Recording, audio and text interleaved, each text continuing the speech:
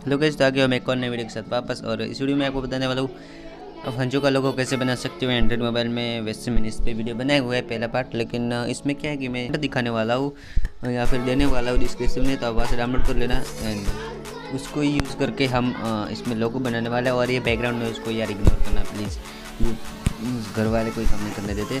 तो चलो अभी आप वीडियो को एंजॉय करो। और इस वीडियो में आपको एक सवाल पूछता हूँ, अगर आपको जवाब आता है तो कमेंट करना कि फंचो का जो पहले नाम था वो क्या है।